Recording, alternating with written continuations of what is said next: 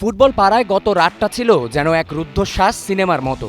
একদিকে প্রিমিয়ার লিগে আর্সেনালকে ধরার মিশন, অন্যদিকে সিরিয়াতে ইন্টার মিলানের ঘাম ঝরানো জয়। সব মিলিয়ে ছিল টান টান উত্তেজনা। গল্পের শুরুটা ম্যানচেস্টার সিটি আর চেলসির ম্যাচ দিয়ে। গার্দিওলা জানতেন আর্সেনালকে চাপে রাখতে হলে এই ম্যাচে জয়ের কোনো বিকল্প নেই। স্ট্যামফোর্ড ব্রিজে সিটির দাপটের সামনে চেলসি ছিল একেবারে অসহায়। প্রথমার্ধে লড়াইটা সমানাসমান হলেও দ্বিতীয়ার্ধে শুরু হয় গোল উৎসব। তরুণ নিকো রাইলি গোলের খাতা খোলার পর মার্গেহি ব্যবধান বাড়ান, আর শেষ পেরেকটা ঠোকেন ডোকু। ৩-০ গোলের দাপুটে জয়ে আর্সেনালের সাথে ব্যবধান ৬ পয়েন্টে কমিয়ে আনলো ম্যানচেস্টার সিটি। এখন সবার নজর ১৯ এপ্রিলের দিকে, যেখানে মুখোমুখি হবে এই দুই জায়ান্ট।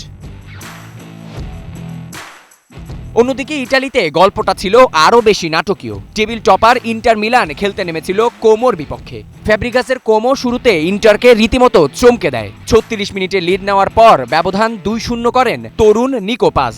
ইন্টার সমর্থকরা যখন হারের শঙ্কায়, তখনই জ্বলে ওঠেন মার্কাস থুরাম। থুরামের জোড়া গোল আর ডামফ্রিজের ২ গোলে ইন্টার মিলান ৪-২ ব্যবধানে ঘুরে দাঁড়ায়। ম্যাচের একদম শেষে পেনাল্টি থেকে কোমো আরও এক গোল শোধ দিলেও শেষ রক্ষা হয়নি।